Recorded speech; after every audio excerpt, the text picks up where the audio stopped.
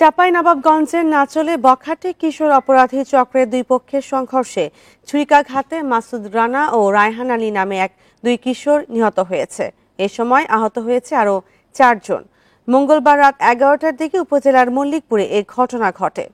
Police জানায়, রাতে মল্লিকপুরে বিজয় দিবস উপলক্ষে পুরস্কার বিতরণ ও সাংস্কৃতিক অনুষ্ঠানে বখাটে কিশোর চক্রের দুই পক্ষের মধ্যে কথা কাটাকাটি হয়। এরই জের ধরে অনুষ্ঠান শেষে দুই পক্ষ সংঘর্ষে জড়ায়। এতে 2 জন নিহত ও আহত হন 4 জন। পরে তাদের আহতদের উদ্ধার করে হাসপাতালে নেওয়া হয়। তাদের মধ্যে 2 জনকে রাজশাহী মেডিকেলে পাঠানো হয়েছে। স্থানীয়রা জানায়, নিহত মাসুদ রানা ছাত্রলীগের রাজনীতির সঙ্গে জড়িত ছিল।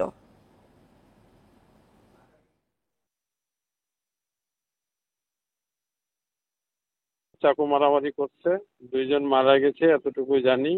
আর 4 জন, একজন হচ্ছে রাজশাহীতে রেফার করেছে আহত, আর 3 জন স্থানীয়ভাবে চিকিৎসা নিয়েছে।